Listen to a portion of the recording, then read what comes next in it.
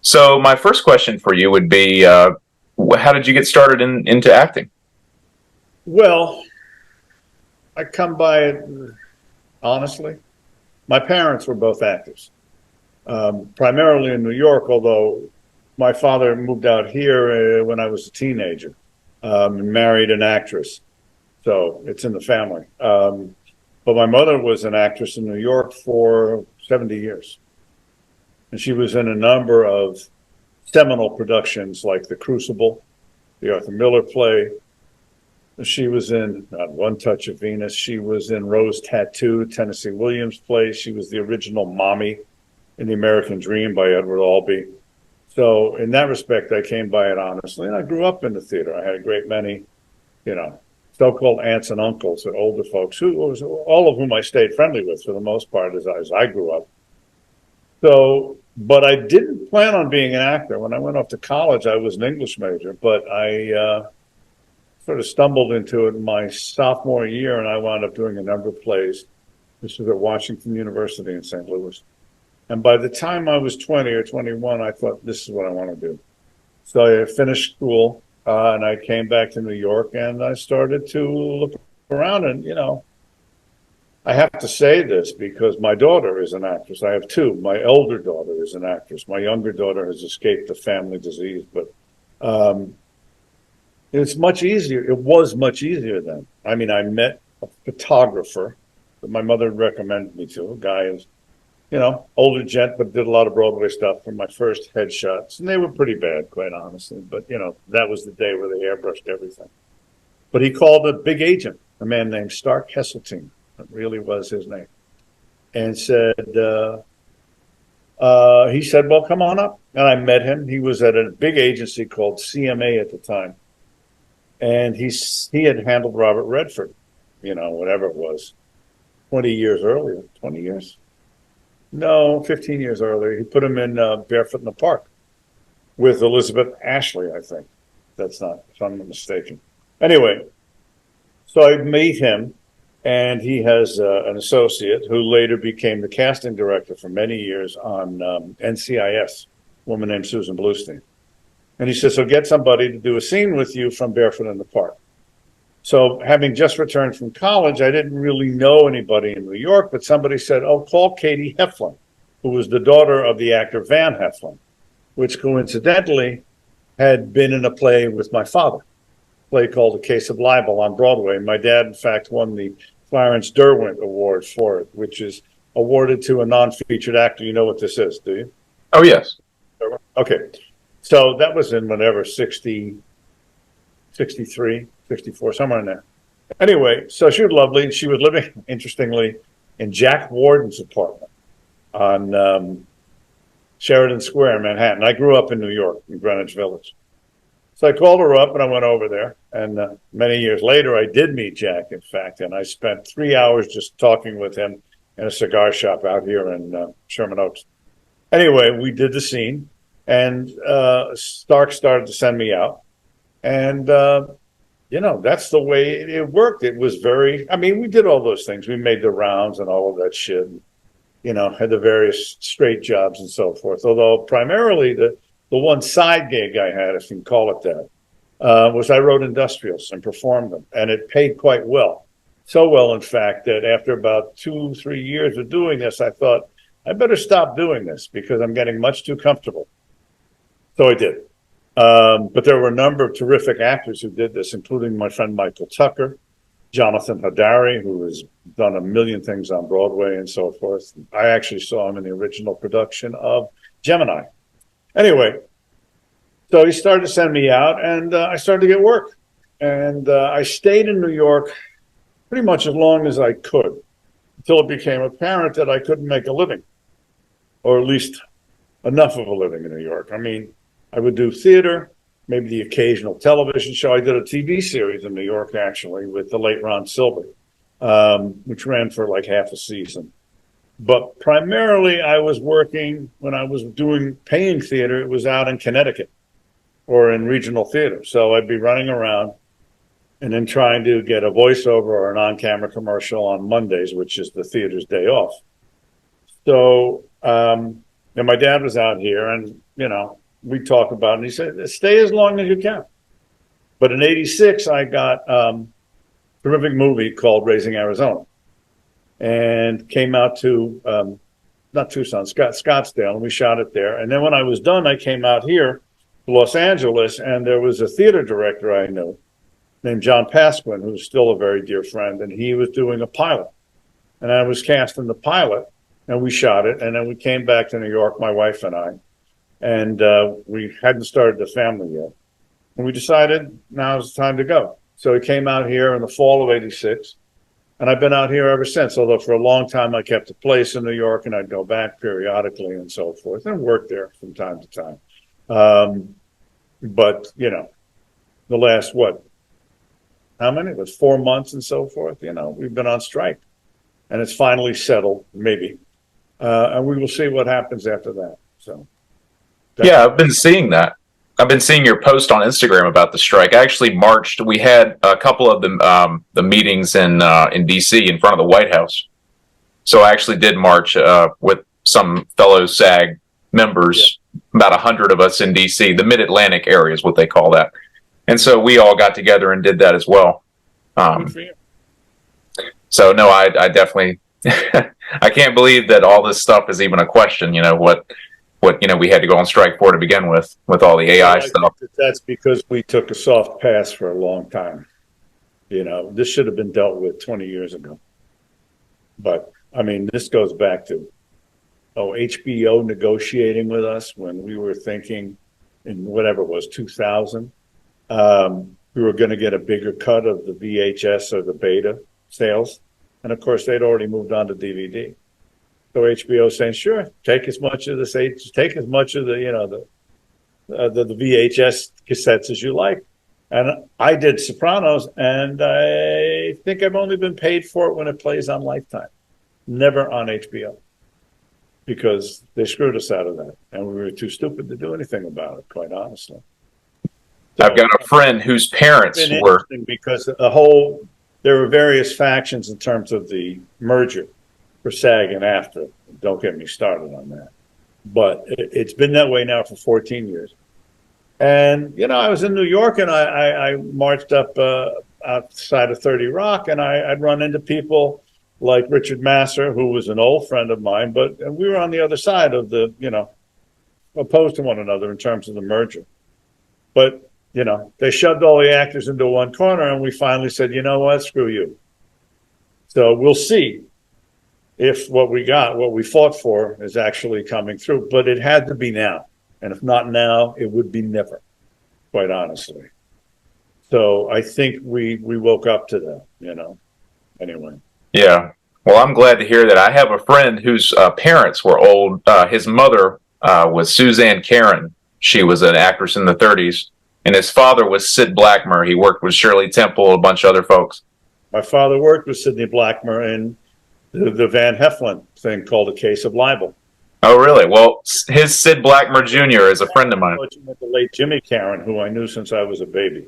Wow. Caron, a lot of work and so forth, but he was known mostly in the New York or New Jersey area for being Mr. Pathmark. Oh, really? Living for him, but. Yeah, I knew Sidney Blackmer was, certainly. So this is Sid Blackmer Jr., my friend. I work with him about every week.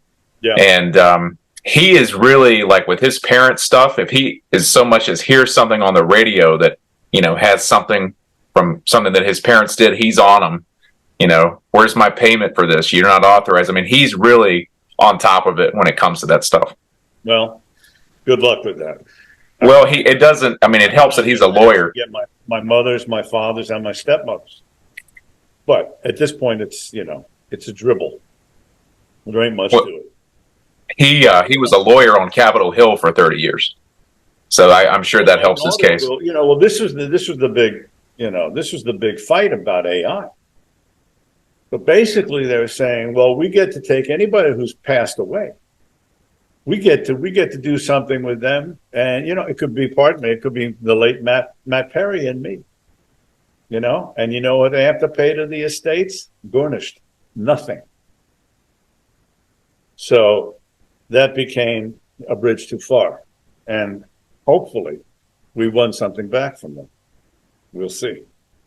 But, you know, I mean, and I actually wrote about this online. I said, so my daughter could see her parents and grandparents and their dad, and my ex was an actress as well for many years, commercials on Another World in New York. And if we've all gone, there won't be a dime. There would be no payment. So we fought over that, and hopefully we did better. So, Well, I certainly hope so. I mean, I feel like AI is never going to go away. It's too far. It's just too far in now to go anywhere but forward. but it's also something we couldn't kick down the road and deal with it later. It needs to be established now in terms of the principles of it. So we'll see. I mean, I haven't seen what we settled on, but I'm hoping it's actual and it's, something good. Anyway, we'll find out. Meanwhile, Bob Iger makes $74,000 a day, and that's AI. I mean, when we look at it, if I'm just sort of browsing around the internet, it's kind of fun, Oh, so and so, and here's John Wayne doing something he never did, or whatever it is. But if you think of it in terms of as a political tool, it's brilliant. There was a guy who was the Secretary of State in Arizona. His last name is Flores. And he was saying, this was just before last Tuesday. He's saying, so they could take me, or they could take somebody that looks like me, or they could create an AI version of me. And I would get on the television the day before the election, and I say, by the way, you can't vote at that election place because there's work being done. So you need to go over here. And of course, that was just a good way of getting people not to vote. So I mean, it's insidious, and yeah, it's gotten past us all, but very interesting. I won't get into this, but I was doing some voice work on a movie, which was a live action movie, and it's made. And Warner Brothers Discovery just wrote it off, lost $30 million. They're not even going to release it, even though it got good press and so forth, or whatever. The people who saw the screenings of it liked it and so forth. They went, no, this isn't going to make its money back, so we're going to cut it now. Interesting. So I'm sure there'll be more of that, but in this case, I didn't mind this because it's a long story, but I won't get into it. No, it'll definitely keep happening. Yeah. Huh? It'll definitely keep. That's a recurring thing at some point, but it won't make any money for Warner Brothers Discovery, I don't think. At least I hope not. But so yeah, it's all different. That was the start. Sorry? So you say you're from New York originally, Greenwich Village? Yeah. So my girlfriend's from New Paltz. She from the upstate. Well, one of them is in San Francisco, the one who's in business, and the other is in Brooklyn. Okay. She's been an actress. She was first in her class at Boston Conservatory of Music. Great singer and wonderful actress. And as she said the other day, every actor these days has to have a side hustle, and she does. So I definitely have one. Yeah. I do government contracting for federal police. So yeah. Yeah, I'm a government contractor for federal police. That's what I do. That's how I met Sid. Was doing that. He does that as well. Interesting. Yeah. I like to say we're government stunt people. They basically they use the recruits they train on us what they would do to a bad guy in the real world. Oh, really? So I get beat up. I do every day, pretty much. Oh well, the living pays well. Like I said, we all had side hustles, and as I said, my primary one was writing and doing industrials. But it got very sort of seductive because I was making good money. And I finally said to myself, I got to get out of here. I'm not going to be an actor. That'll just be sort of, back in the day. Anyhow, but it's not the same. I understand that. I'm in a situation. Here we go again. When the merger came up, and I'll get into this for a minute, 14 years ago or 15. The big question, or wasn't even a question, the big issue, which people didn't want to talk about, was you cannot merge a pre-existing pension fund, right? Now I have pensions with SAG, with AFTRA, and with Equity. So, and just as an aside, what we should have done was merge with Equity because they're all actors. AFTRA's filled with, weathermen and, newscasters and so forth. I don't know what the percentage is, but it's considerable.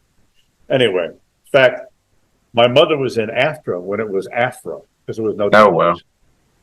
And they screwed up their pension fund. They took what money they had in the early 60s and they dumped it into SAGs. And then they reformed. Anyway, but this was a big deal because, as I may have already said it, the best thing about pensions, or rather about a union, is its pension fund. It's essentially a legalized Ponzi scheme, right? But you cannot take 2 or 3 existing pension funds and combine them. And when I would ask people who were in favor of the merger, I said, well, what are you going to do about the pensions? And they said, we'll take care of it. Well, turns out they couldn't take care of it. So now there is a newer pension fund, which is 14 years old, as opposed to SAG's pension fund, which is almost 100 years old. Well, 90, right? We started with Cagney in the mid-30s. So they won't have any kind of endowment. The best analogy I come up with is, as opposed to Harvard, which has $1 billion in an endowment, LA Community College has 2,500, so it hasn't had a chance to grow. So by the time my daughter is ready for retirement, there won't be much there for her, if you follow me. I'm okay. And I've been fine throughout, all of the downtimes and so forth. I'm not retired. I'll never retire because we don't retire. But it's another thing we kick down the road. Anyway, so I didn't mean to turn this into a political rant, but No. I'm right there with you. I'm learning some stuff here, and I feel like that's the case with a lot of jobs that had pensions at one time. They're slowly starting to go away. It's becoming a thing of the past. UAW went out. That's why all of this labor unrest has happened, because people have been getting screwed on this for 20 years. I mean, this is not new. This is just sort of the working folks saying, "Hey, wait a minute," Anyway, so. Well, I was going to do a thing where I name a credit of yours, and if you have a specific memory from doing the project or something that stands out, if you wouldn't mind sharing that. Sure. Okay. Just have a few here. I have. I saw you had 202 IMDb credits as of today. Is that right? So that's quite a few. Okay. And I also read that you were the first guest star on The Simpsons. That's correct. But The Simpsons started on a show I was a regular on, the Tracy Ullman Show, which in the early days, the very early days of Fox, was their sort of critical hit, which meant people weren't watching it, but as opposed to Married with Children, which people were watching. But the Tracy Ullman Show gave birth to The Simpsons. You know that, right? Or do you not? You do? Yes. Okay. Mm-hmm. So, as luck would have it, there was a second, and I can never remember the name of, there was a second animated series, and they would just use these little 10-second interstitial bits between scenes on Tracy Ullman Show. And that was The Simpsons and this other one, which was more like a Jules Pfeiffer type cartoon. And I was given that one. Oh, well. So, because, Danny Castellaneta and Julie, of course, went over there and they made millions, many millions. And God bless them. But I think, the first episode, I actually did a character that I'd already done on the Tracy Ullman Show, which was this sort of combination of Tom Jones and Engelbert Humperdinck, Engelbert Humperdinck, excuse me. And I sang, and it was great. It was a lot of fun for me. And I did the first episode of The Simpsons, and I sang a song on it too. And I don't know if I ever did any more after that. But along came, Harry Shearer and Hank Azaria, who's a friend, and so forth, and Nancy and Cartwright, and oh, come on, Yardley Smith, who I worked with and other things.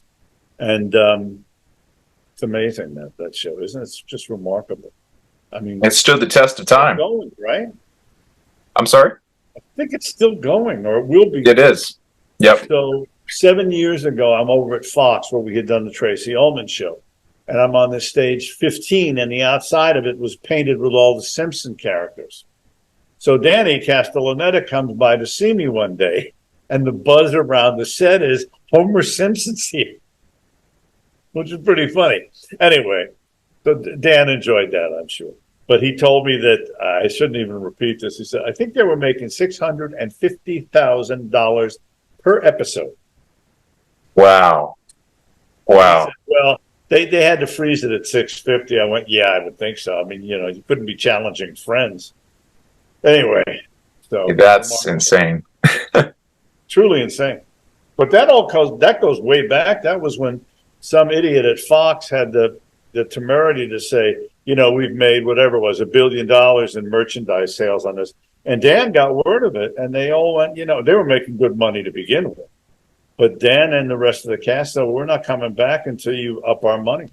And they did, Well, they knew it was necessary. They knew that, it was so successful probably that they wanted to keep it going. Well, James L. Brooks, who was the showrunner, and it was his baby on the Tracy Ullman show, he's the one who cottoned to the idea of Matt Groening's show, which, his cartoon series with Life on Hell, whatever it was, which ran in one of the sort of LA Weekly, which was a free paper and so forth, and made Matt Groening very wealthy. Forgot where I was going with this. Doesn't matter at any rate. But yeah, that was the whole beginning of that stuff. And that was really Jim. But there were a lot of lawsuits happening like that. Sam Simon, who is now departed. Jerry Belson, who was also, my personal favorite on Tracy Ullman's show. Jerry's gone. And so forth. And a lot of people wound up suing one another, not the actors. And some of the actors, like Harry Shearer, left. I don't know why. I mean, what's the problem? The crankiest bunch of millionaires ever. I mean, they got together one day a week and they laid all these tracks down. Not Danny. I don't mean that. Harry, I will say that. But the others, great. My God, what a break. Anyhow. But I did do Dinosaurs for 4 years. I loved that. I think that was airing right around the time I was born. I was born in 94. Yeah. How old? 34? 94. I was born in 94. You were born in 94. I actually recently saw you in an episode of The Jeffersons, too. Tell you that. 80. Let me think. No. 70.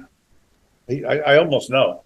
I swapped apartments with somebody, a woman who was actually teaching at Columbia. And then she wound up staying in New York, but it was I think it was like 76. So I was, 24 then, 23, 24. And I swapped apartments. I had her car as well, which was a great deal for me. I lived out in Westwood. And I got one job, which was the Jeffersons. And they paid for the summer. It was great. Yeah, and I get checks for 90 cents on it. Sometimes they combine that with, Kojak, which I did in New York in like 75. So between the two of them, there'd be a residual check for, $2 all told. But yeah, with Sherman, who I later worked with on Dinosaurs, Sherman Hemsley, and a sweet guy. And it was a fun show. Oh, God, what's not only Sherman, but Isabel Sanford, of course. And, come on, Sam.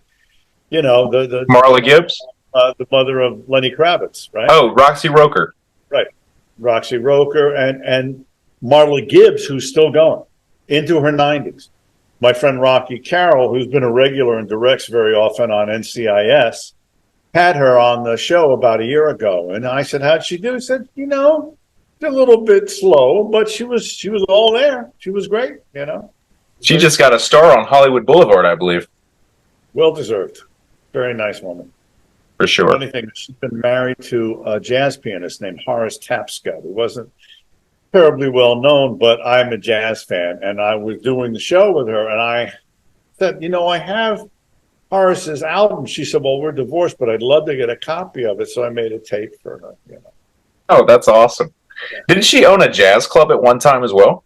She might have done. Like a nightclub? I think she did own a nightclub at one time. That would make sense, I guess. Why not? So, yeah, that was the Jeffersons. And I think before that, because I've seen this. I did a Kojak in New York, and that was one of my first big, television episodes. I had done little, I'd been an extra on Edge of Night, which my dad was on when I was like 9, 10 years old, when it was live. And my first job I played a cop. I had like 2 lines and it was live, and I was terrified, but got through. And I later went back a few years later, and when it had gone to tape, and I kidnapped Frances Fisher, who was a friend of mine who just was, manning the barricades. She was great, during the strike, and we're still friends and so forth. So I guess that's one way to meet women. Anyway, but yeah, no, I mean, in New York, I managed, and I would do commercials and stuff, although quite honestly, I hated them. But I don't mind doing voiceover at all. I'll do anything. I don't have to shave. But, I did commercials. There were a few guys who used me in New York. I was sort of the schmuck in the office. They'd have somebody like a Walter Bobby who became quite successful as a director. He did the recent, well, not so recent, reboot of Chicago. But he'd be the nice guy in the office, and I'm the schmuck, and I'm the guy who's hitting on all the chicks kind of things, paid the rent. So kind of like the role of Chandler's boss, right, where you're slapping the ass, everyone's ass. Yeah. That was when I worked with Matty, and he had done the Tracy Ullman show. I did one episode as a guest shot on Tracy Ullman. This was like 87. Then we were on a 2-week break. And by the time I came back, they had decided they wanted to make me a regular. Great. And my first episode as a regular was with Matty Perry, who was 17 years old. I know his dad, too, John. But so Matty comes on, and you could just tell right from the get-go. He was terrific. And then sometime later, I did Friends, and I did 3 of them. I was actually supposed to do more of them, but there's a story in that I won't get into too far. But I was supposed to be at the wedding party when he marries Courtney Cox. But that was truncated for a number of reasons. For one reason. But anyway, no, I did the thing with Matty, and he was great. And I knew some of those folks also. I knew Courtney through a mutual friend. And I knew Jennifer because we had gone to New York together. She was doing a series called The Edge with Julie Brown and my friend Wayne Knight, who you can't walk down the street with anymore, because they'll yell Newman at him. He is one of the funnier people on the planet, though. I have to give him. But I remember we all went to New York for the upfronts because I had the series called Likely Suspects, which I was the lead on. And they flew us in, me and, Matt Frewer? Frewer? Is it Frewer? Matt Frewer? Matt Frewer, who did Max Headroom, right? And I just got to know him when we were on the plane. It was a private plane. It was Regent Airlines. And Christine Ebersole, great Broadway talent and so forth. But I had worked with Christine. We had done a short-lived television series together called Stand By Your Man with Melissa Gilbert, another ex-SAG president. Anyway, so we all go to New York. And we get in. In those days, you could still walk on the tarmac. You weren't just going through the cocoon. And they run up to Matt and they go, "I'm sorry, but they canceled the show. So we're going to have to send you back." And I was like, oh, my God. I was standing right there. And he took it so well. I mean, maybe that's a Canadian thing. I don't know. But yeah, it was like, holy shit. Anyway, but that's where I knew Jennifer from. Hank Azaria was on that flight, too, because Hank was doing a show called Herman's Head with Billy Ragsdale. Sorry, I'm just getting this mess. I just got to respond to this. Oh, no, totally fine. Hang on.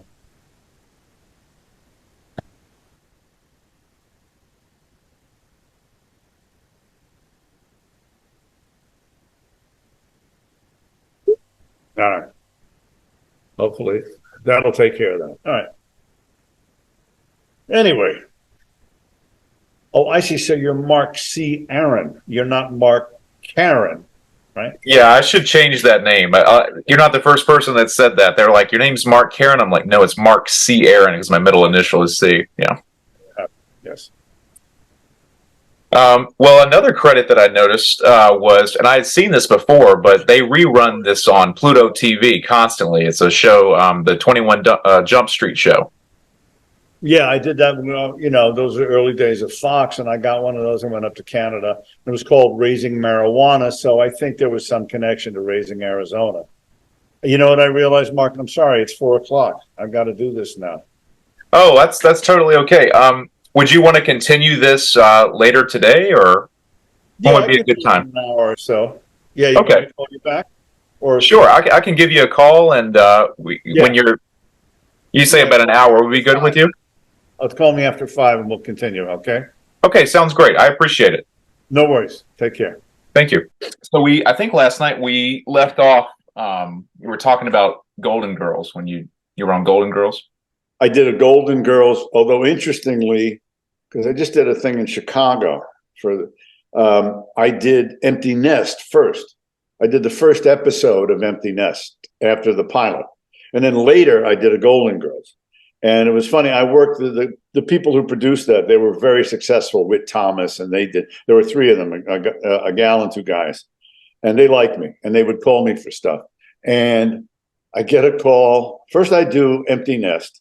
I have a picture somewhere. I was in Chicago with Christy McNichol and David Leisure, who's a good friend who I just had lunch with the other day. David was on Empty Nest, right? And Mulligan, who I really liked. And I'd been told he's kind of difficult. I was like, okay. So I go to rehearsal and he and I start chatting. And he says something like, not the actual quote, he says something like, "Did you know Jimmy Reardon?" I go, "Yeah." So it was sort of 6 degrees. And I just loved him. And I think they cast me, and it was the first episode. I'm supposed to marry Christy McNichol, who's a doll.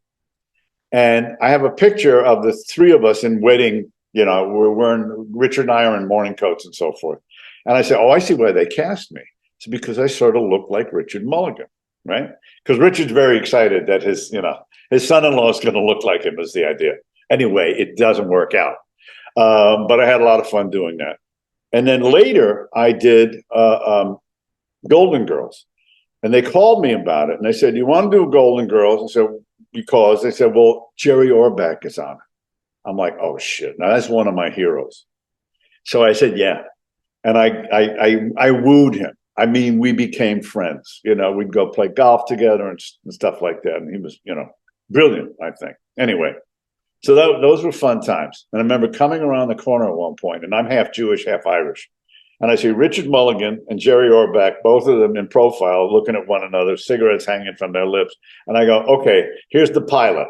I'm the son, or I'm the nephew of these two guys. One is Jewish and one is Irish." Anyway, I thought it was a good idea, but it didn't fly. So anyway, so yeah, I did that. And then we went to Chicago like early April to do the signing thing, because they had done one of these things last year and it was a huge hit because all these drag queens showed up like B. Arthur. They were all 6'2" and, big wigs and so forth. So they called me, and I do these things from time to time. And particularly now when, I wasn't working. And there's some money involved. And I said, okay. And it was David was there and Dinah Manoff, whose mother is Faye Grant, Lee Grant, excuse me. You know who Lee Grant is? She's still alive. She's 97 years old. I don't know Lee. I know Dinah from Greece, though. Right, right. But Dinah, of course, was the big sister on Empty Nest. But her mother won an Oscar for Detective Story in 1951? I think she's won a couple of Oscars, and she's still going. She's 97 years old. She lives with her guy in New York, And at one point, I had met her a couple of times, and I said, "Please tell your mother hello." And Dinah's lovely. She lives up in Seattle or that area. And now she's a novelist. And she comes in the next day and she says, "My mother said to tell you hello." I said, "Thank you." She said, "But she really wanted me to tell you how much she loved your mother," because they were old compadres. They had been in Actors Studio together and stuff like that. So that was quite lovely, quite touching. Anyway, so that was fun. So we all go to Chicago. Who were we missing? Well, obviously, Richard wasn't there. But that was kind of fun. So yeah, I did both of those shows. So And then the next one that I had on my list was Adam's Family Values, and I've seen that so many times that I can't even. Really? Yeah. Interesting, because I think it's kind of a mess, but okay. Well, I think it is. I think it's a mess compared to the first one, but I love the scenes that you and What's her name? Ann Magnuson? No. Yes, and Christine. Who am I? Elaine Hendricks? She played Marilyn. Yeah. Blonde. No? What is her name? I don't know. Matthew Cole's. It was his Oh, wife. Christine Baranski. Oh, you're Baranski. talking Yes. about, I'm sorry, Adam's Family. Yes, yes. Well, I knew both of them in New York days. And then I also did, the successor to Good Wife, Good Fight. And that was the last time I saw Christine. That was a few years ago. And she's lovely. Great. I'm sorry, I got that confused with Munsters, which Oh, I no, also. no, no, no, no, no. That's fine. Yeah, yeah, that was my girlfriend actually was asking me. She's like, ask him if he knows how they filmed the scene where they're over the pit of fire. Were they really over the pit of fire? I said they I probably was were. I was gone by then. Oh, Although you were gone. that Okay. was on the same. We were way up in the redwoods, actually, outside of Modesto, Fresno, and so forth. The guy who directed it, Barry Sonnenfeld, had been the DP on Raising Arizona. So I knew him from that. And as the DP on Raising Arizona, he talked to you as if he was the director. It was a little bit confusing because we already had two directors. You had the Coen brothers, and then there was, and I said, "What? Who am I talking to?" And they went, "No, well, listen to him. He's fine." So then he actually cast me in a number of things, which is more than I could say about the Coen brothers. But Barry cast me in that, and that was fun. Who was it? Was it not Nancy Lenahan?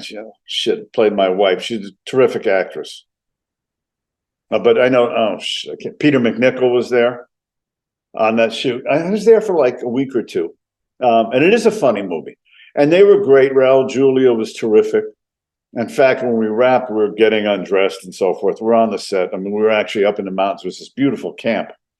And he said, someday I hope to do something with, I said, a little more substance. He went, yes, exactly. I saw him on an Angelica early. was great. Everybody was terrific on the thing. So that was fun. I don't know how they worked it out. I was gone by the time. They stuck an apple in Christine's mouth, right? And Peter, of course, is considerably less vertical than Christine, but he's a wonderful actor and a lovely guy. So that was fun. Yeah, I did that, and then I also did the Munsters. I was Herman Munster. But you're right, Adam's Family Values is much funnier. Yeah, and the Adam's guy Family who Values. wrote it, I'll think of his name, or maybe I won't. I knew him in New York. Very funny, mean-spirited playwright, but really satiric. And I was a member, I still am, a member of Ensemble Studio Theater in New York, which is unique in that it's essentially fueled by actors, right? So if you want to do a play, you just do it, So one day a guy named Phil Cates comes up to me and says, would you want to do a reading of this one act? And it was called Raving. And the premise was these three playwrights, basically modeled after Christopher Durang, the late Wendy Wasserstein, and the playwright whose name escaped, Paul, it'll come to me. So I go, okay. So I go, we got a cast for you. This woman, Winnie Holtzman, who is still going, who was married to Paul Dooley, who was in his 90s, I think, and Nathan Lane, who I didn't know. So we do this, we just do it as a reading, not even a stage reading, just sitting on three stools, and it goes over huge because it's so mean-spirited and funny. So the guy who wrote it, maybe it's not Paul. Well, he also wrote Adam's Family Values. So whoever that is, I could look it up, but you can do it later. He says, I've got another play. It's also a one act. Would you be interested in doing it? And it's about three sisters who go to a matinee of 9, with Raul Julia, doesn't it? Yeah. So I go, let's do it. So me, Nathan, and Winnie, we played the three sisters. And I got to say that Winnie was very good, but Nathan and I killed it, Oh my goodness. And they're like three sisters from Passaic. They're talking like, oh my God, what we should do? We should go off Broadway. And the other one says, no, there's no parking there. Oh, you know who I saw? I saw Robert Preston. I'm going to go up to him at the interval and say, oh, Music Man. Anyway, see how much I remember? I would love to see that. That sounds like a great. And Nathan and I just had so much fun. Anyway, so. I can hear his voice like in my head saying these lines now. Yes. Yeah, he's wonderful. As is Winnie. I don't mean to, short her, but after all, we were guys, playing gals. So we just did it all vocally. Anyway. So the next credit that I had on my list here was Getting Even with Dad, the Macaulay Yeah. Culkin film. Yeah. That was the last time he made $8 million because they realized he wasn't much of an actor. Just to tell you Yeah, I noticed that. I noticed that by the time he did Richie Rich, he was really just phoning it in. He really wasn't. It wasn't a question of phoning it in. He just did not have technique. He had done The Good Son with, what's his name? Elijah Wood. He just acted him off the screen. But he had a deal. So, I mean, look, I was happy to have it because it was a great summer. I went up to San Francisco and I was there for the run of the production. And became friends with Saul Rubinek, who plays one of the villains in it. Still friends with, and Teddy Danson, and the late Glenn Headley, who was the love interest in it. And anyway, the only problem with it, I had this nice little house in the apartment rented in the marina. And it was great because my work was spread out. Hector Elizondo was in it, and we became friends and still are, and so forth. But the movie isn't much, quite honestly, I don't think. But my wife and I are all set because I'm on a day off. I'm on what they call hold, which means you don't have to be responsible for checking in, as opposed to we'll notify, which means they may need you. And the phone rings literally as we're leaving. And I think, I don't have to answer this. All right. Pick up the phone, and it's the director, Howie. He says, listen, Glenn thinks it'd be great if you were in the scenes with her, which I didn't have anything to say, but we were cop partners, right? I'm like, so that screwed me. I was in all these scenes with Glenn in which I wasn't really in the scene, and I'd do it, and the crew would laugh because they'd see me coming, and they knew it was the end of the day because they'd be shooting a shot of me sitting in a squad car, which they would never see in the movie. Anyway, but it was a good payday. Those were the days you still made money doing features. And then not long after that, by 2000 or so, that's when they began to cut back on everybody below the third or fourth lead. They did that on Mod Squad and also on Drop Dead Gorgeous. And I'm in the run of the film at both of them, and I made no money. It was just remarkable. Anyway, so, yeah. Any chance they can get to cut corners, they always seem to do that. Oh yeah. And and they were smart. They said, if you don't want to, we'll get another actor. We don't need Sam McMurray to do the fourth lead. We can get any one of his friends, So anyway, but Mod Squad was like that actually. But I went right from that to Drop Dead Gorgeous, which shot in Minnesota, which I actually had a lot of fun on. Will Sasso was in that, who's brilliant, and the late Kirstie Alley, who was great. I think Ellen Barkin was on that, and so was, oh, come on, Sam. Denise Richards, right? Denise played my daughter in it, yes. But why can't I think of the gal who was on Mom? She's a great actress. Tall. Shit. And I'm friends with her. I did Mom with her and so forth. Oh, well. Allison Janney? Thank you. Yeah, Allison's in that as well. Although we didn't have anything to do. But Ellen I knew from New York days. So I went out to Minnesota and shot that. And that was actually a lot of fun. But, whatever it was, I had like 20 weeks doing it, and I was making scale. So basically, you're looking at $40,000, which ain't much, not because we don't work all the time. So anyway, so be it. Still get the yearly health insurance there, right, through SAG if you make the. You did. I did. Well, until recently, I was covered. We will see what happens because I've heard, I don't know, it may be sort of idle talk that apparently they are now going to institute, you'll get credit for the money you made in residuals, which used to apply. They gave you a percentage of your residual earnings towards your health insurance. But for a year and a half, almost 2 years, I have been on Medicare, even though I'm vested in the union. I'm 49 years in SAG, right? Doesn't matter. My parents were vested. I mean, you don't have to make, once you get to a certain point, once you've been in for 20 years and you qualified, don't get me on my soapbox, but needless to say, it's a drag. So hopefully with this new deal, they may in fact let us back on, because Medicare is no fun. I mean, Medicare is fine in terms of like drug stuff, prescriptions and if if you have to go to the ER, God forbid, but if you have to go to the dentist, oh baby, you're on your own, So anyhow, a mess, just all around. Indeed, mess. Indeed. What pissed me off was they knew it was happening, but this was prior to COVID hitting. And then when it did, they realized they couldn't carry everybody, and that was the honest truth. What made me angry was that they didn't inform people about that. They said, "Oh, it's going to be handled," and of course during COVID, nobody was working.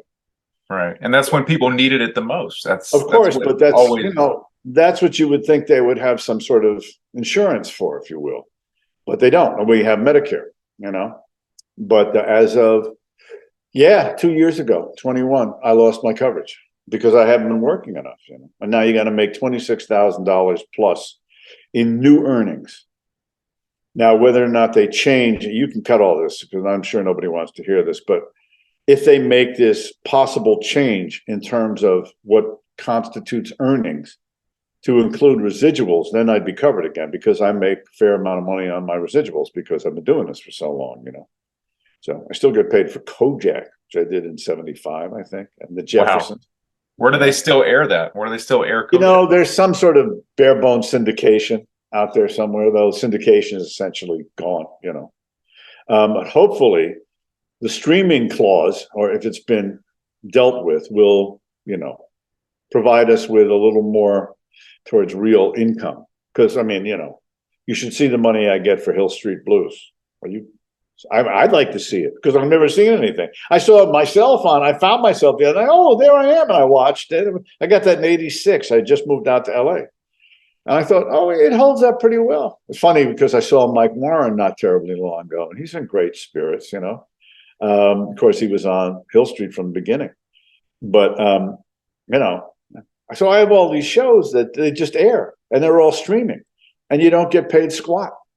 I mean, pennies. So I'm hoping that will change with the deal. We'll see. Yeah, I hope so too. Yeah, that's because that's so many people in that same boat. Oh yeah. So, well, I know you mentioned earlier. Actually, last night, not one of your favorite roles, but of course, I mentioned that I grew up on this movie, Slappy and the Stinkers. Yeah. I just, I think it's funny. I think it's comical. Kids really like it. I was. Oh yeah. And the scene that I'm the most curious about is the end scene where you're going down that slide. The water slide? Which I assume was a stuntman, obviously. Yes. But where was that shot, and was that actually a water slide? I think they built that, if my recollection is correct. Well, we shot that up like in Angeles Crest, which is about an hour and a half north of here. North, I guess, It's quite lovely up there. But I had the big nose by then from getting whacked or whatever. And they had to build that, of course. And we did one day, and then they said, because it was a long commute, they said, you can stay in the trailer, which had a bed and so forth. So I spent the night up there with the coyotes, my great big nose. It was wasn't much fun. But what I do remember, and it made the cut, and I'm looking at so forth, and the thing is it's not working. And I go, something's clogged. Anyway, I always thought it was funny, and I got a laugh. But yeah, that was a very silly movie. But I knew Barnett Kellman, who was a theater director when I first met him in New York, and we worked at the O'Neill together and so forth. But I had never actually worked with him, and I read for it and got it. Happy to make a couple of bucks, and that's all it was, a couple of bucks. So, well, but I'm glad all the little kids enjoyed it. So is it true that you shouldn't work with children and animals, or is that just a myth? Well, that's what W.C. Fields said, and I'm sure he was right. And I'm probably true overall. Well, animals are going to pull focus on you all the time because all they're doing is being who they are, as opposed to us. We're doing something fake, Right. How many sea lions did they have on that? That's success, huh? How many sea lions did they have on that? Oh, I know. They had a guy. They had I don't know how to explain it. They had a dwarf. I guess that's the proper term these days, instead of midget. but he was very proportionate, and he could play like 10 years old. And at one point, I think when they were shooting out in the ocean, he got into this sea lion's outfit, if I'm not mistaken, and they shot him. So, I don't recall how many sea lions they had, but there were a number of them, certainly. Well, you're listed on IMDb as having a co-producer credit for that. Yeah, that's just bullshit. Yeah, no, they do that from time to time. I was listed as co-producer on my series, Likely Suspects, and that was accurate because I had to say so and who was cast and stuff, like who shot the pilot, for instance. But no, on Slapping the Sting, I don't know where that came from. It was like something my agent got from cats because they didn't pay shit, But happy to be working. I'm always happier working, quite honestly. Oh yeah, that's the way I've looked at any job I've ever gotten. I'm just happy to have it. I didn't care what the role was. I just wanted to be working. There's a great story about who Dr. John was. He's gone now. Mac Rebenak, a New Orleans musician. Talk like this. No, I never heard of him. Well, he was very big in the 70s. And then, he only recently passed, just like 2 years ago. And he did a lot of great records. And although he's white, he's got a lot of soul. And there was a great story about in the 70s, he was selling like $1 million records, platinum stuff. And he's in New York, and some fan comes up to him. This guy says, "Hey, man, listen, I'm a big fan." He says, "Thanks, man." He said, I'm having a party tomorrow night, and it's at my apartment, so it's not very big, but I have this upright piano there, which is great. It's in tune and everything. So if you'd like to come, we'll feed you, and you can pay you $100, right? And then Max pulling down hundreds of thousands. And he looks at the guy for a while and he goes, "I could use $100. He played at the guy's party. And that's the way I feel with all these little movies I'm doing. They go, "Well, there's craft services over there." I go, "Yeah, I could use $100, do it all the time." So I've done a lot of those. In fact, one of them is one of my favorites, and I can never remember. It's much too long a title. But Joanna Kearns and we had worked together once before, and she's fucking great. And it's our son, who is also a terrific actor, whose name escapes me, Jonathan. Yeah. We're like nuclear scientists, and so is he. And he invents a black hole, which means, of course, the end of the world, ultimately. So it was a very funny little movie. And the kid who wrote it was also directing it, but he really didn't know camera. And we're in this house. This was in Silver Lake. And if you follow with me, the camera's going this way, this way, this way, right? But every time he'd go this way, then he'd want to turn around, which, of course, is a whole new setup. And finally, Joanna, who's directed a lot, said, "No, let me help you with this. You keep going this way until you run into a wall. Then you turn around." Anyway, so we did this little movie. I have a few copies of it on DVD. It's actually a really funny little film. And a couple of those I just did for love, they're very funny. So, but I like to stay busy. Oh, definitely. Yeah. I mean, you should consider putting that on YouTube or something since you have a few copies. Probably is. I want to say The End of the World and Other Related Matters, something like that. Anyway. Write that one down too. Taking all these notes. I think it's on my IMDb page. Actually, I'll look it up right now. It was funny. I just went to see last night this play. It was actually rather provocative. And my friend, who's been an actor for a while, but younger than me, he was the lead in it, and he was absolutely terrific. So it's interesting because, and actors have a tendency to do what casting directors and directors do as well, which is to typecast. I did a reading of a musical that a friend of mine wrote the music to, a Zoom reading. And Steve Weber, who I know slightly, is good friends with the guy who wrote it. They grew up in Queens together. And Steve was playing, it's about Elaine Kaufman, who had the restaurant in New York for many years. I'm looking at my IMDb page. 7,000 miles. What's that? I guess other than that too. Anyway, can't remember where I was going with this. So Steve Weber's going to read this part of this English cad. And you know who Steve Weber is, right? From Wings. And so very funny guy. And we're Zooming this thing. So we're all, little pie slices or whatever. And I'm like, hey, Steve. He goes, how you doing? I go, Steve is playing the Englishman? Steve's from New York, from Queens. And of course, he killed it. He absolutely nailed it. And I thought, what's wrong with you? You know, be an actor. Remember that just because they're doing this character on television for 12 years doesn't mean they can't do other stuff. Anyway, certainly Tony Shalhoub, who was on Wings, certainly can. You know, I actually like to see actors who I've seen typecasted in several different roles as the same thing. Right. I like to see them branch out and play something else. In fact, I seek it out. Well, you know, it becomes a matter of paying the rent very often, you know. I think the whole idea of character actors is essentially a misnomer, because all actors, if they have any sort of chops, are character actors. Free for all, yeah. I was going through watching some of these last night, some of these television appearances that I could find. A lot of them are on YouTube. A lot of the Tracy Ullman stuff is on YouTube. Yeah, I know, but that's the only place you can find it. It's weird. It's not in syndication. Nobody has it. It's just on YouTube, and I don't know why that is. And of course, we don't get paid anything for it. Does she have any copies of it or anything? I mean, I have some copies of it, but they're all basically on VHS and stuff. I mean, I can look. There's a guy who he says he's Tracy Ullman, but he's not really impersonating her. He's just a huge fan of the show. And apparently at one time, one of the writers on the show is a dear friend of mine. He told me that this guy was over at Fox. He was actually pulling laser discs out of the trash of stuff that we had done.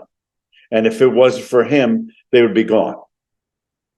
And at one point, I know him sort of online. I asked him to put up a scene of me and Tracy. We did this big musical number of The Man That Got Away. And it was sort of epic for the show. We did it live on a Friday, had 18-piece orchestra, and we're singing live. And he did. And he's put up a number of things like that. It's called Two-Time Losers is the sketch, if you want to see it. And it was fun because I got to sing and the whole thing and smoke a cigarette at the same time. Anyway. I think I actually watched that last It's amazing how much of the stuff falls through the cracks, you know? So, yeah, I think I saw that last night, actually, when I was looking at stuff. It was like a big group of folks, and they were all doing this. There was some acrobatics at the end. No, this was one where we're in a courtroom. Okay. And Tracy and I are both suing our business manager. And they sent him off to jail. That was Joe Malone, who was one of the regulars on the show. And then at the end, it's just me and Tracy together. They're slappy and the stinkers. Living single. All right. I love the clip of you doing the stand-up routine in Living Single, the second episode. I do a stand-up routine? I don't. Yeah, it's actually on somewhere on the internet. I was watching a clip. You were doing impressions. Really? Yeah. I do not remember that. You sure it's that and not something else? No, it's that. Actually, I recorded on my phone. I can email you the clip of it that I recorded. That's all right. Just, if you can remember the title, that would be good. Where the hell is this thing? Stand by Your Man, Parker Lewis, Can't Lose, Civil Wars. That was interesting. Civil Wars was Steve Bochco's, right? With Mariel Hemingway, who's better known as Sam for some reason. So it could cause some confusion on the set. So I hear Sam, I go, yeah, oh no, not you. We mean Mariel. Anyway.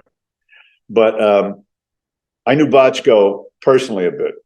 And I had done, although he wasn't on Hill Street when I did it, he was gone by then. But they said, Bochco, he needs everybody to read. And I was sort of full of myself at the time, whenever this was, I don't know, 89 or 90, 91. And I said, well, I can't, I'd love to do it, but I can't make the audition. And they go, well, okay, it's not going to happen. But then it did. And my friend Alan Rosenberg, who was later the president of SAG, was on it and so forth. But it was strange because if you went up, if you forgot your line or bobbled it or something like that, or the casting, or rather the scripts, who was this big German woman, she would say, no, that's wrong. We're like, what the fuck? I mean, she was running the show. And finally, they got her fired because, although she was there basically to protect the writer's precious creations and so forth, it became untenable. Anyway, I cannot find the name of this. True Colors, Stone Cold. Who's the boss? My God, who is this guy? Tracy Ullman show. Yeah, that was almost 4 years. 3.5 years. I saw a credit for Freaks and Geeks as well. I did a few of them. In fact, one of my regrets is that the show didn't go further. They only did like 8 or 9 episodes. But Judd Apatow had called, and I didn't know him, but they just cast me. They said, we'd like you to come on and play the father of Sam Levine. And I was married to Amy Aquino, although not for long. So I said, and David Krumholtz played the older son. He just recurred on it, but Sam was one of the regulars. So I had a blast doing it. It was great. And a really smart show, you know. And Judd told me, he said, I want to continue. What happens is that they find I'm cheating on my wife. And John Daly, who was one of the younger kids, you know, Sam Levine, John Daly, and Martin Starr. Wow, very good, Sam. But John Daly sees me like canoodling with this girl. So he knows that I've been stepping out on the marriage, and I'm a dentist. And I get him in the chair at the dentist's office, and I've got his mouth jammed open and so forth, and basically threatening him. But so Amy Aquino finds out, yes, it's me. And then we split, and that's all you know. But Judd said, but I wanted to continue the story because they'd never really done, and this is true when I thought about it, they'd never done a situation where the parents were divorced and the dad and the son, what their relationship was. And I thought that would really be fun. But in the NBC and all their wisdom canceled the show. There were a number of reasons for that. Part of it had to do with the fact that the World Series bumped us. And then people who liked the show, because it was doing well in the beginning, they couldn't find it. And then Garth Ancier was the head of NBC, who I'd known when he was at Fox before. There's a stand-up guy, and he said, if you do an 8, that was our number, which was fairly low in terms of your ratings, I'll do the rest of the order. And we did exactly an 8. So, you know, and then the show was much lamented, you know, and there's some wonderful people on it, like Linda Cardellini, who is, you know, the best. Seth Rogen, you know, and, what's his face? You know, he's really Franco. good. Huh? Not James Franco. Not James Franco, the other guy. Siegel. Oh yeah. Yeah, Jason he's on is it Living, right? Or whatever it is. He's the thing with Harrison Ford. Anyway. Yeah, Jason Segel. Is it Jason Segel? Jason Segel, right. And he did Forgetting Sarah Marshall, which apparently was about Linda Cardellini, but I wouldn't swear to that. So but it was a fun show. And Becky, sorry, I can't remember her name, redhead, wonderful actress. And not Paul Flaherty, but yeah, I guess Paul Flaherty was on. Anyway, I knew Dick, his brother, who was a writer. Anyway, that was a fun show. Too bad it didn't go forth, but that happened with a number of series, including my own. So that's baseball. Yeah, and a lot of people nowadays, like in my age group, they it's like a cult classic, the Freaks and Geeks show. Oh, it's great. Yeah, absolutely. Yeah, they love that. If you watch, you know, a friend of mine should have gotten an Emmy nomination for 5 Days at Memorial. And I was texting with her and I said, I don't understand what's going on, because not only did nobody watch that show, which is a terrific series, and she was great in it. Her name is Julianne Emery. But Linda Cardellini didn't get a nod for You're Dead to Me. And if you watch the last season of it, she's brilliant because Christina is somewhat handicapped, literally. And Linda carries the show, and she's sublime. Just remarkable. Anyway, there you have it. There you have it. She is awesome. I've seen her in a lot of stuff. Yeah, she's really good. So, but yeah, that was a fun show. And that was the start for her, really, I guess. You know. Yeah. I remember her from Scooby-Doo when I was a kid, and that was the first thing I ever saw her. That was later. When she that was after. Yeah, that's right. That was 2002. Yeah. Yeah. So when was Freaks and Geeks? Was in the 90s, I guess, you know. Yeah, like late 90s. Yeah. Yeah. And I have King of Queens. Else. We did this short-lived series, which is supposed to be in the 1930s, and she was, I think, a regular on that, and I did one episode. But anyway. It wasn't that 70s show, right? No. I did one of those, too. In fact, the gal who played my wife on Civil Wars was on the 70s show. Very sweet. I can't remember her name now. You know, my age-ish. That was an odd bit. They fired somebody, and they called me up, and they paid me a lot of money, and I had like 3 lines, but I was happy to have it, you know. Yeah, you had lines with Danny Masterson, I believe. I did, yes. Yeah. Seemed like a very nice guy. Who knew? No. Yeah. But yeah, no, that was a nice set, Mila Kunis and what's his face, Latino, blanking, Wilmer from that '70s show. Valderrama? No, not Yes, Valderrama. Valderrama. yes, yes. Anyway, I was a fan of that show Cold Case back in that around that same time. I saw you did a Cold Case. I did one of those. Yeah, yeah. That was happy to have it. In fact, I saw the guy who played the younger version of me on. He was really good on Suits. He played the priest to Patrick Adams, who'd grown up with him, and he's a very nice actor. He's a little. I was very skinny as a kid, so I'm going like, and this guy's not, and I'm going like, well, that ain't me. I thought, well, it kind of looks like me now, Can't remember his name. He's got 3 names, but he was really good. And Cold Case, it was kind of a happy to have it, But it was funny they pass out this like, well, it's just like Sermon on the Mount. You're getting the tablets and says, please, oh no, all of your words and blah, blah, blah. Don't improvise and don't substitute. And I'm like, you know what? I'm doing this for 30 years at that point, or 40. I say, have a little respect for me. So I'm walking over to the set with one of the guys who's actually Canadian, whose name escapes me. And he was going, yeah, what bullshit, blah, blah, blah. And we get on the set and he goes sky high. Can't remember his name. Is it Jeremy Rashford? Yes. Very good. Very sweet guy. And of course we got it finally. But that's the kind of shit that it's so disrespectful that the people who make that go, you know what? I'm not, this isn't my first day, Anyway, it was fine. And what's his face? Really nice actor. John Finn, older guy my age. Yep, John Not Finn. Yes. And he was on that show for what, 11 years? Yeah, I mean, the whole time. That's where you go making your fuck you money. I was like, thank you very much. Don't let the door hit your ass on the way out. So, oh well. Yeah, it was him and Catherine Morris, I think, were the only 2 that were with it for the whole run. Right. Oh, well, what's his name? Danny Pinto, wasn't he? Or was he not a regular on that forever? No, he was. He was a regular. He was. I think the last few seasons he kind of went off a little bit. I see. Aren't you impressed with how I remember those names? I am. I think this is awesome. I'm shooting 3 days or whatever, happy and goodbye. So, Yeah. And I haven't seen Catherine do anything since that. I mean, maybe she has, but I don't know. You're right, though. No, not that I was stalking her, but excuse me. So I'm getting these System Mac is OS is in fact. That's all bullshit, right? Get them every day. Yeah, that's spam. The amount of spam emails I get in a day is insane.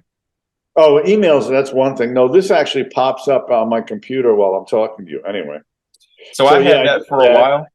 Huh? I had that to happen to me for a while, and I had to put an ad block on my computer, and it got rid of it immediately. Not only did it get rid of that, but every time I watch a video on YouTube now, I get no ads at all. Really? What's the app? So it's a godsend. It's called Ad Block? Ad Block Plus, I believe is what it's called. Okay, I'll look for it.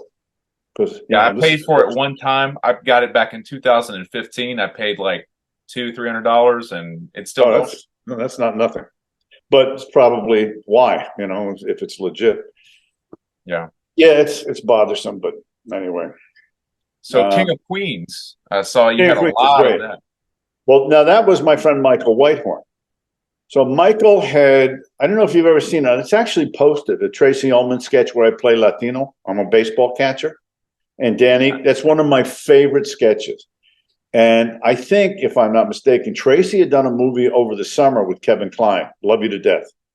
And she was totally smitten with him. And who wasn't, And he promised that he would do the show. And when I heard that, because I knew Kevin slightly in New York, he was famous for bailing.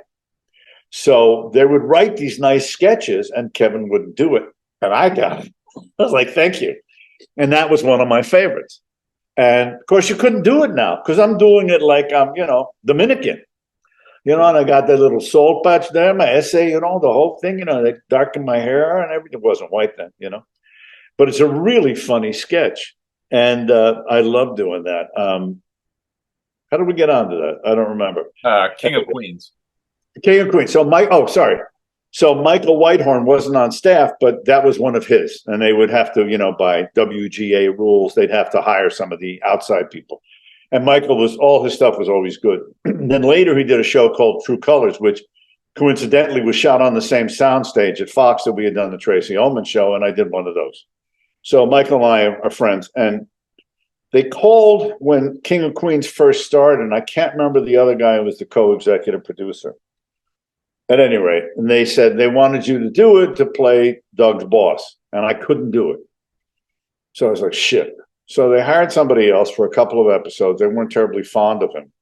And then in the second season, they had me come on, and I played, Patrick O'Boyle, and that was a lot of fun.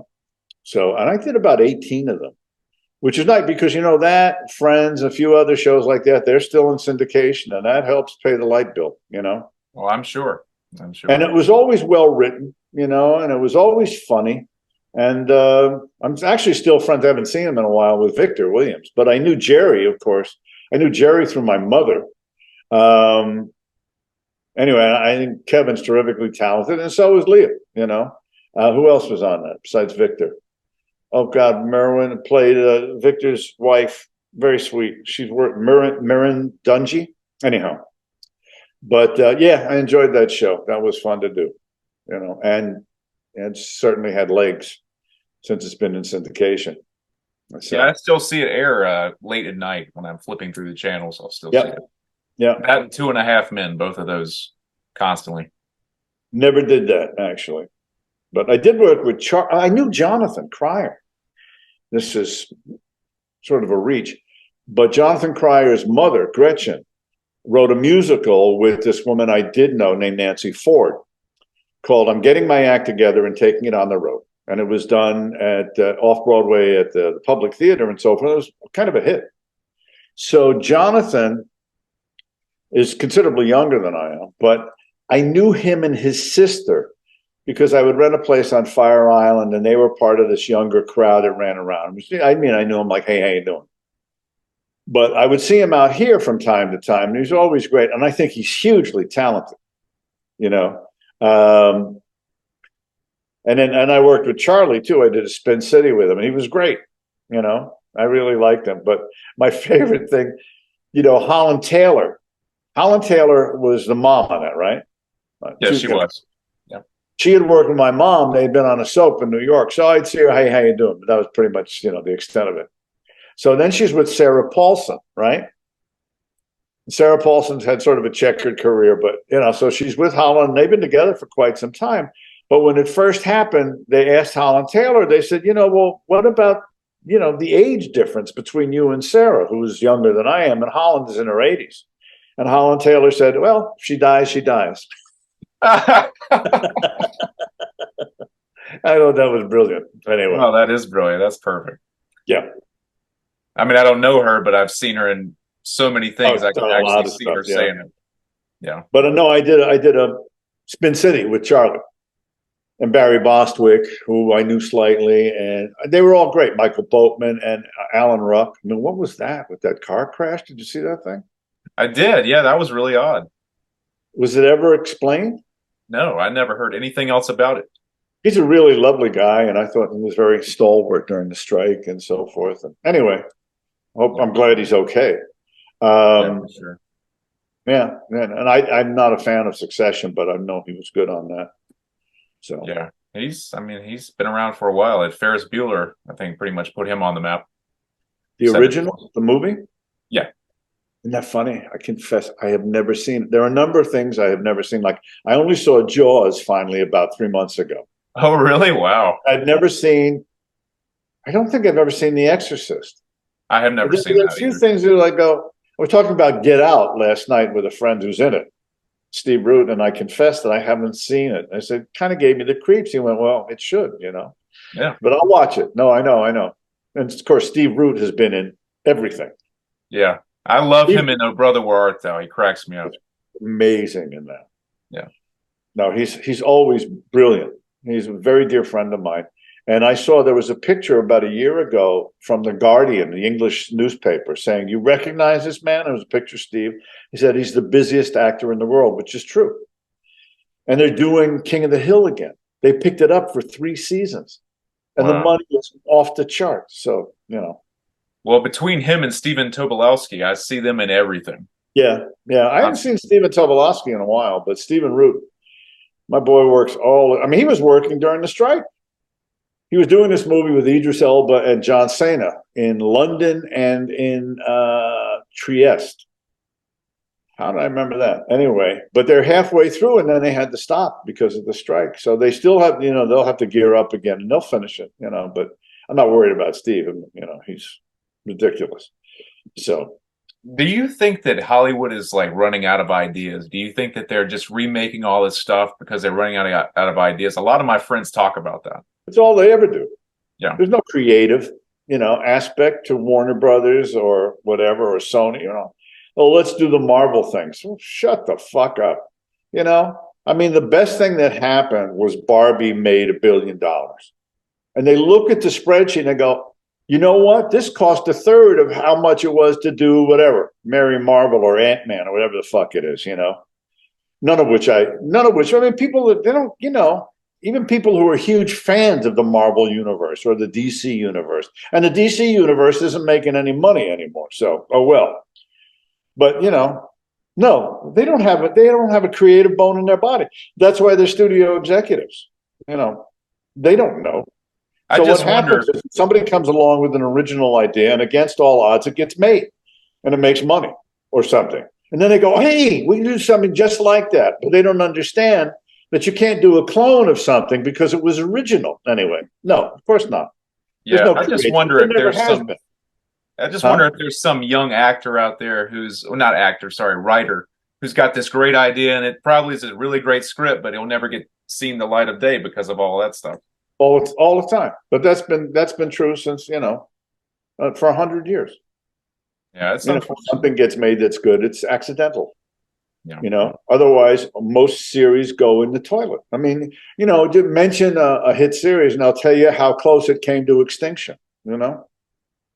They've all been like that. I mean, Hill Street Blues, for instance, they were going to can it, 2 years, and Mark Tinker was running NBC, the network, and he blew all his money on pilots, and he went back to the board and he said, I need more money. They went, screw you, take what you've got and run with it. So that's when they promoted Hill Street, which had already been on the air for, 2 years and hadn't done anything. So they geared up the publicity machine and they got him on the cover of TV Guide and so forth. And it became something of a hit. It ran for 10 years. It was never a top 10 show, but it became appointment television, for instance. I mean, that was, for me, I was there every Thursday night. Anyhow. But yeah, no, I mean, that's the thing. When you leave New York, because first of all, there isn't the same amount of money being poured into it, into something. So now you're dealing with people whose basic job is to say no. And that's how they justify their existence. I had a friend who was in this series, and she was brilliant in it. And she was doing Zoom auditions. And it looked like it was happening. Her agent was making the deal. And then some mid-level suit said, hey, how about so-and-so? Somebody whose name you might or might not recognize. I didn't recognize it. So they changed their minds because there was pressure from, the suits. And so they went, oh, okay. So they go back, and then the producers decide or maybe she passed, whoever this semi-name was. So then the producers come back to my friend. And by this time, her agent's going, okay, you're going to pay now, And they did. But I mean, she was heartbroken. She thought she had this job, and then she didn't. And then it came back to her. I mean, it's happened to all of us, and will continue to until we retire. So, that's the business. And the business and the art are not terribly compatible, So, if you come out here, that you're trading art for commerce, Because anybody can do a play for no money, Right. But if you're getting paid, well, wait a minute, now they got to talk about it. So, yeah, I've done plenty of free theater. Yeah. And student films too, which, pay is IMDb credit and, crafty. And it's like, okay, well, that didn't pay the rent, but okay. No, done them too, But my daughter is like that. I told you, she's finished first in her class at the Boston Conservatory of Music. And as she said, every actor these days has to have a side hustle, and she has 2 of them, so. And she's successful. It's harder even now than it was when I started, so. And I thought, I kind of had to figure it out on my own. None of my family members ever attempted to do anything like this. So they're like, Mark, I don't know how to help you. You got to figure it out. You do. And I think that's always the case, even in my instance where my parents were actors and so forth. But, they'd come up, they had their own dangers to deal with. When you were hired for a Broadway play, for instance, they had 5 days, the producers did, to fire you, no penalty. So for the first 5 days of rehearsal, everybody's walking on eggshells, So they And you got rid of can't be that. fully creative when you're under that kind of pressure Of like course that. not. Of course not. Yeah. No, that's why, people get drunk and go to auditions and show they don't give a fuck. And then they book it. Yeah. Well, he was kind of free and easy, wasn't he? Yeah, well, anyway. I've done that a few times, not gonna lie. I have friends who take beta blockers, like if they have a big audition or have to sing or stuff like that. I don't know how they manage to do that, but I've never done that. But I suppose I could look into it, but it's been a long time since I've had a big audition. So anyway. Do you enjoy auditioning, or is it more of a pain? No, I enjoy working.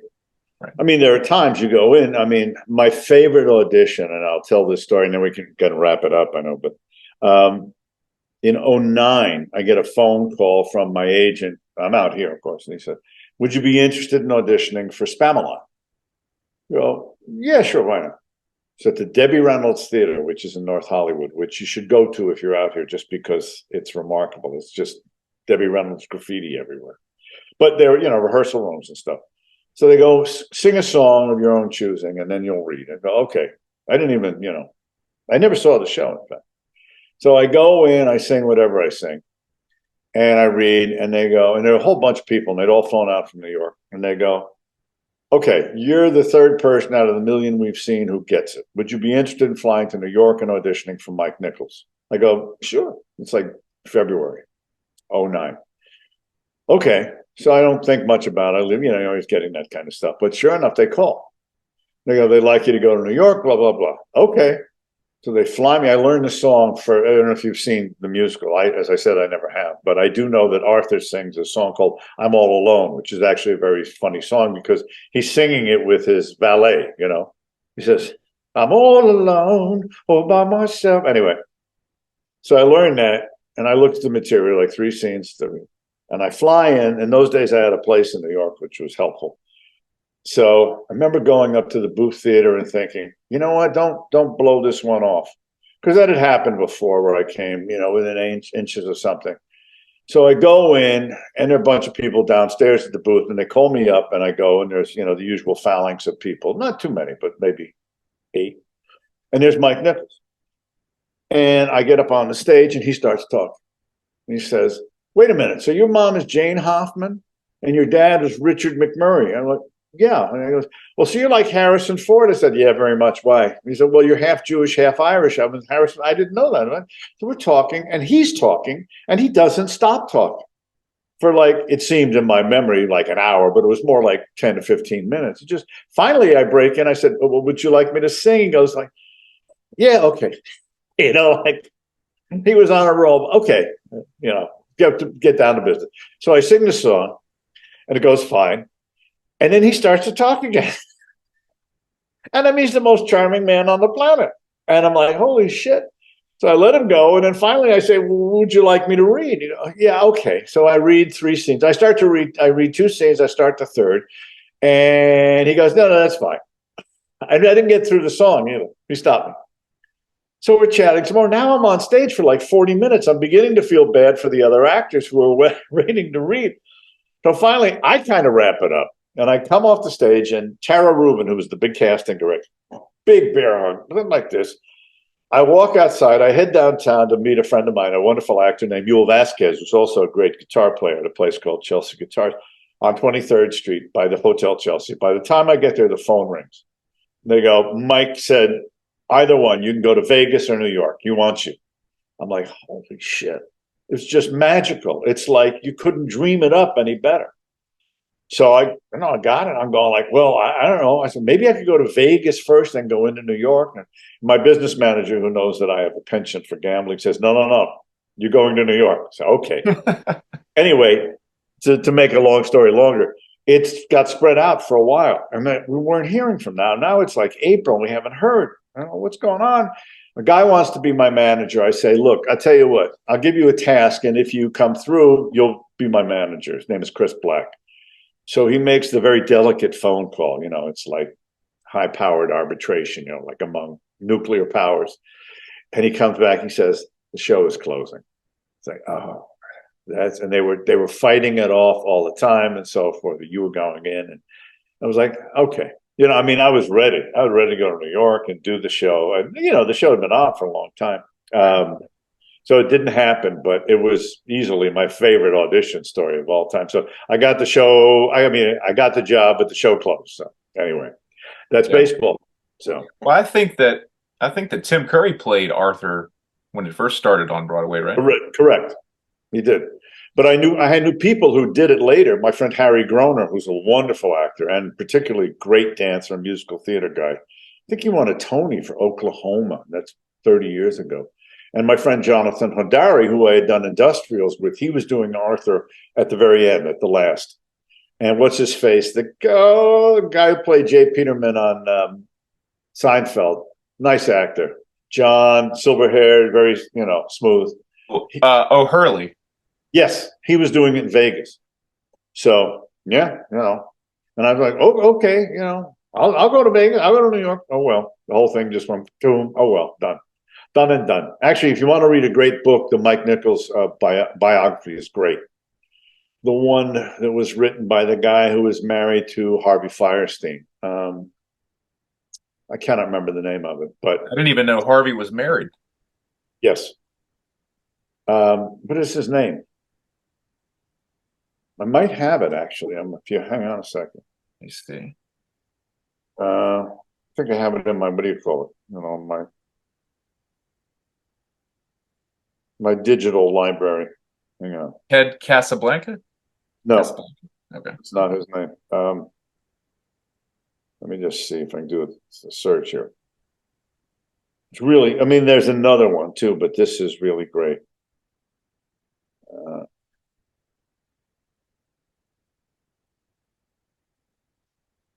Is it A Life? Yes, Mark Harris.